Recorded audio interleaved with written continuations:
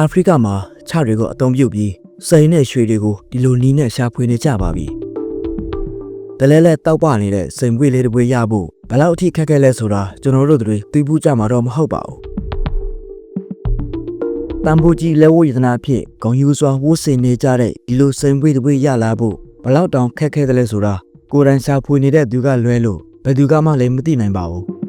။ရှာဖွေနေသူတွေမှာလည်းနီလန်ပေါင်းဒါဇင်နဲ့ချီရှိနေပြီးတော့အချို့နီလန်တွေကရွှေတူးဖော်တဲ့နေရာမှာတော့အသုံးပြုနေကြပါတယ်။ဒီနီလန်ကတော့ပရိသတ်ကြီးတို့လုံးဝထင်မထားလောက်တဲ့နီလန်ဖြစ်ပြီးကုန်ကြစည်လည်းအတော်ကိုတက်တာပါတယ်။ဒီဗီဒီယိုမှာတော့နီလန်ပေါင်းမြောက်များစွာထဲကမှခြားကောင်တွေနဲ့စိန်ရှာဖွေတဲ့နီလန်အကြောင်းကိုဝေမျှပေးတော့မှာဖြစ်လို့ကျွန်တော်ရဲ့ဗီဒီယိုကိုအဆုံးထိကြည့်ပေးကြဖို့တောင်းဆိုချင်ပါတယ်။ကျွန်တော်ကတော့ဇန်ဒီပါ။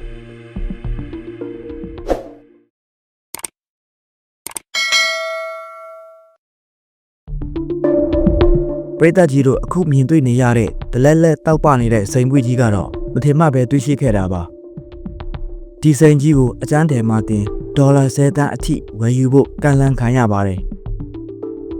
ဒါကိုကြည့်ပြီးတော့ဒီလိုတဘာဝအဖိုးတန်ကြောက်တွေကိုရှာဖွေနိုင်တဲ့နီလန်းတွေတိထားတဲ့သူတွေအတွက်တော့သူတို့ရဲ့ဘဏ်အကောင့်ထဲကိုဒေါ်လာပေါင်းမြောက်များစွာဝင်လာဖို့ဆိုတာတိတ်ခက်ခဲတဲ့အရာတော့မဟုတ်ပါဘူးစိန်ရှာဖွေတဲ့သူတွေရဲ့ခြေထောက်အောက်မှာဒေါ်လာတန်ပေါင်းများစွာတန်တဲ့စိန်ကရှိမနေဘူးလို့ဘယ်သူမှမပြောနိုင်ပါဘူးစိန်ရှာဖွေသူအများစုကတော့စိန်ရဲ့လျှို့ဝှက်ချက်ကိုအသေးချာမသိပဲရှာဖွေနေတတ်ကြပါတယ်ပရိသတ်ကြီးတို့ရဲ့ခြေထောက်အောက်ကမြေကြီးထဲမှာဒီလိုအခြေအနေတွေရှိနေတဲ့ဆိုရင်တော့အဲ့ဒီမြေကြီးကိုဒီအတိုင်းမှတ်ထားလိုက်ပါနဲ့ဘာလို့လဲဆိုရင်တော့အဲ့ဒီမြေကြီးရဲ့အောက်မှာရွှေဒါမှမဟုတ်စိန်တွေရှိနေတတ်လို့ပဲဖြစ်ပါတယ်ခြားအိမ်အကြီးကြီးတွေကိုတွေ့ရပြီးအဲ့ဒီအထဲမှာမှခြားအိမ်တစ်ခုဟာအကြီးဆုံးဖြစ်ပြီးအိမ်ကြီးဟာလည်းအချို့အတက်တွေအများကြီးရှိနေတဲ့ဆိုရင်တော့ပုံမှန်လူတွေကဒါဟာခြားဒါမှမဟုတ်ပေးရစိတ်တွေသာဒီအထဲအများကြီးရှိတယ်လို့ပဲတွေးမှာပါကျွမ်းကျင်ပညာရှင်တယောက်ကတော့ဒီအထဲမှာစိန်နဲ့အတူတဘာဝတင်းထွက်တွေတေချာပေါက်ရှိနေပြီဆိုတာသတိထားမိကြပါတယ်ဒါကိုမဖြစ်နိုင်ဘူးလို့တွေးကောင်းတွေးကြမှာပါဒီအရာနဲ့ပတ်သက်ပြီးပရိသတ်ကြီးတို့သတိမထားမိလောက်တဲ့တဘာဝဖြစ်စဉ်တစ်ခုအကြောင်းကိုပြောပြပေးပါမယ်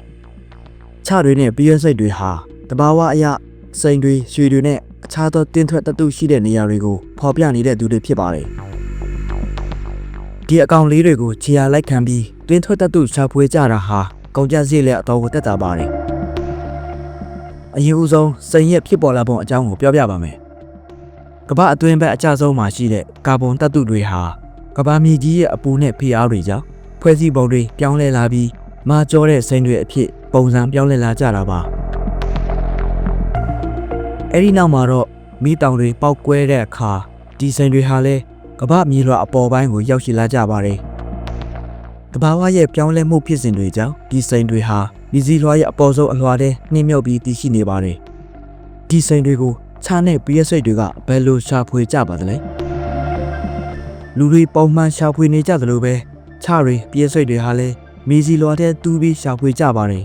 ။သိပ္ပံပညာရှင်တွေကစက်အင်အားလူအင်အားတွေတုံးပြီးရှာဖွေကြပေမယ့်ဒီစံကြေးလောက်ပဲရှိတဲ့ခြားနဲ့ပြည့်စိတ်တွေကတော့ဘယ်လိုများတူးဖော်ရှာဖွေကြပါသလဲ။တိတ်ကိုအော်စရာပါ။ဩစတြေးလျနိုင်ငံကအင်ဆက်သိပ္ပံပညာရှင်ရဲ့ပထမဆုံးစမ်းသပ်မှုမှာတော့ခြားအိမ်တွေတိစောက်ဖို့လိုအပ်တဲ့ရှို့မြေတွေကိုခြားတွေကစုဆောင်းတဲ့အခါမှာပုံမှန်မဟုတ်တဲ့အရာတွေကိုအော်စရာတွေ့ရပါတယ်။ခြားအိမ်အကြီးကြီးတွေရဲ့အောက်မီတာအနည်းငယ်အကွာမှာရွှေနဲ့တတုကြောတွေအော်စွာတွေ့ရပါတယ်။ခြားအိမ်တွေရဲ့ခံကားမှုအတွက်ခြားလုပ်သားတွေဟာရွှေနဲ့တတုကြောတွေကိုတွေ့တဲ့အထိမြေကြီးကိုတူးကြပြီးတတုပါတဲ့မြေတွေကိုခြားအိမ်ဆောက်ဖို့အတွက်မြေပြင်ပေါ်ကိုပြန်တည်ဆောင်လာကြပါတယ်။ဒါကြောင့်ခြားအိမ်ကမြေကြီးတွေကိုဓာတ်ခွဲကားမှာစစ်ဆေးကြည့်ပြီးစိန်နဲ့ရွှေလိုတတုတွေပါဝင်နေပြီဆိုရင်တော့ဒီခြားအိမ်အနီးတစ်ဝိုက်ကိုတူးဖော်မှုတွေလုပ်ကြပါတယ်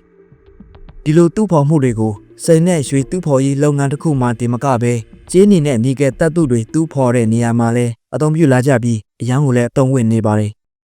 ဒါကြောင့်တပ်တုတွေပေါ်များတဲ့ဩစတြေးလျအမေရိကန်အာဖရိကနဲ့အာရှဒေသတွေမှာဒီနီလန်းကိုအသုံးပြုလာကြပါတယ်ဒီလိုမျိုးပြုလုပ်တာဟာတခြားနည်းတွေကိုအသုံးပြုတာထက်ပိုပြီးတော့ကုန်ကျစရိတ်သက်သာတာကြောင့်တတုတူးဖော်တဲ့လုပ်ငန်းတွေမှာ ဒီလိုချအိမ်တွေကိုဓာတ်ခွဲခန်းစမ်းသပ်ပြီးသူ့ပေါ်တဲ့နီလန်းကိုပဲအသုံးပြုလာကြပါတယ်။ချနဲ့ပရက်စိတ်တွေဟာသူတို့ရဲ့ခန္ဓာကိုယ်မှာတဘာဝကပေးထားတဲ့တတ်တုတွေကိုခြေရာခံနိုင်တဲ့ပစ္စည်းတစ်ခုရှိနေတာဒါမှမဟုတ်ချတွေနဲ့ပရက်စိတ်တွေဟာဒီလိုရွှေလိုမျိုးတတ်တုတွေကိုစားတာကြောက်ပဲလားလို့တွေးမိကြမှာပါ။ဒါလည်းလုံးဝမဟုတ်ပါဘူး။ဒီအင်ဆက်တွေကမြေကြီးထဲမှာရှိတဲ့မှုလေးတွေနဲ့မြေမုံတွေကိုပဲစားကြတာပါ။ဒါဆိုရင်ဒီအင်ဆက်လေးတွေကဘာကြောင့်တတ်တုတွေရှိတဲ့နေရာမှာပဲသူတို့ရဲ့အိမ်တွေကိုစောက်ကြတာလဲဆိုတဲ့သိကြတဲ့အဖြေကိုတော့အခုချိန်ထိဘယ်သူမှအဖြေရှာလို့မရသေးပါဘူး။နောက်ဆုံးအနေနဲ့ဒီလိုချအိမ်တွေနဲ့စိန်တွေရွှေတွေကိုရှာဖွေနိုင်တယ်ဆိုတာပရိသတ်ကြီးတို့လက်ခံပါသလား။ဒီလိုအင်ဆက်နဲ့ပတ်သက်တဲ့အခြားထူးခြားချက်တွေရှိရင်လည်း comment မှာဝင်ရောက်ဆွေးနွေးသွားလို့ရပါတယ်။အဆုံးထိကြည့်ရှုပေးကြတဲ့သူတယောက်ချင်းစီတိုင်းကိုကျေးဇူးအထူးတင်ရှိပါတယ်